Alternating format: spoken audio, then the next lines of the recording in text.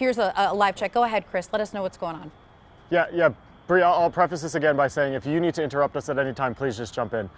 We have just gotten to another section of Germantown here. I'm honestly speechless. As you look down what I believe is Monroe, I'm trying to figure out exactly where we are. You can see just home after home here.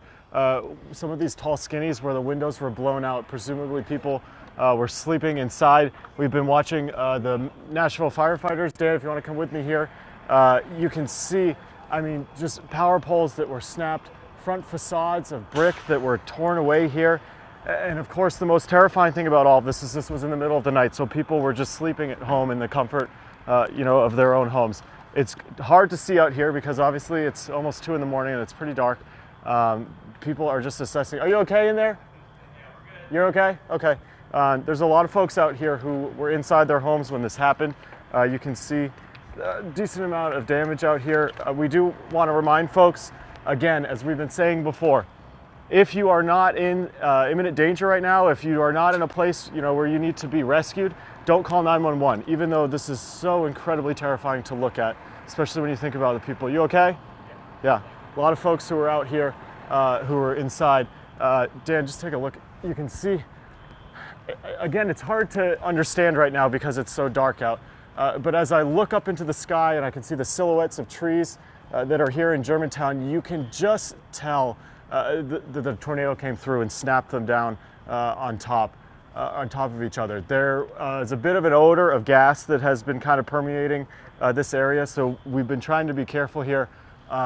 Again, this was the front of the first, I'm trying to remember which apartment building this was here, 515, and you can see just the kind of damage here. I think, Bree, and Leland, what is just so astonishing about all this is that we're just standing in the middle of downtown Nashville right now, that this storm went directly through the middle of the city. We'll try to get you over here. I think what is going to be the biggest challenge, of course, until the sun comes up is light. Once the sun gets up here, this is just going to be devastating to look at. As we've been walking around Germantown, and this is not an over-exaggeration, this is the kind of damage that is probably going to take weeks and months to clean up from, not days or hours. Given the full scope of kind of what we've seen here. Guys, I will throw it back to you in the studio for now, and we'll come back to you as soon as we get a better look of Germantown here. So unfortunately, we're going to continue to see images like this. Damage reports continue to come in. We're getting reports now that the Kroger on Monroe, the front of it appears to have been blown out.